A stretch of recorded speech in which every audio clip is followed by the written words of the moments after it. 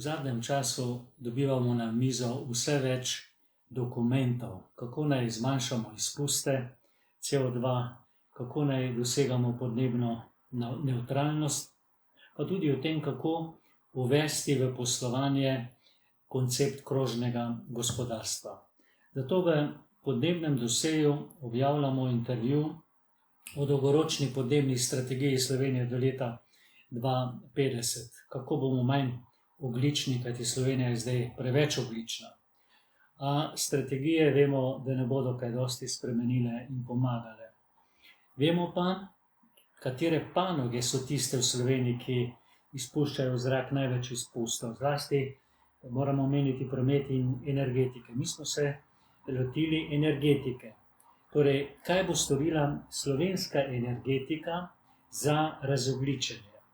Ali je pripravljenost za dogovor, ali lahko sploh dosežemo soglasje in predvsem, ali bodo pravočasno pripravljeni prostorski načrti.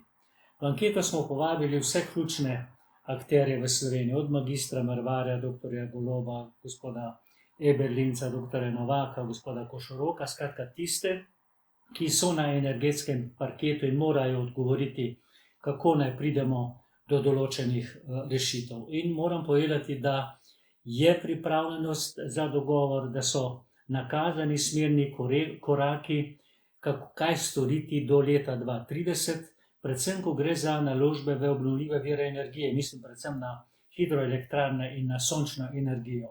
Slovenija potrebuje 10-letni načrt razogljičenja energetike, o tem so si, seveda z listo naložb, o tem so si sodelavci oziroma anketiranci enotni.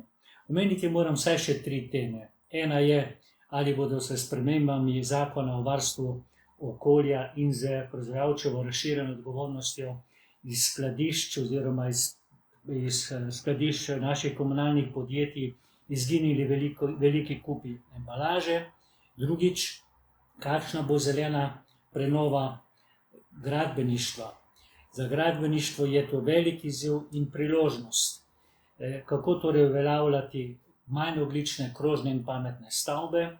Izšel je namreč priročnik Prehod v trajnostno gradnjo in življenjski cikel stavbe, predstavljamo pa tudi vsebino trajnostne gradbene konference. In tretja tema, dr. Gašper Gantar je napravil zelo zanimivo analizo, in sicer kakšen je okoljski vpliv električnih vozil v celotnem življenjskem ciklusu Volkswagenovih vozil, pri tem je upošteval različne energente. Naj dodam, moram dodati, revija EOL je edina specializirana revija za trajnostni razvoj v Sloveniji, zato je razumljivo, da se lotevamo najbolj aktualnih tem.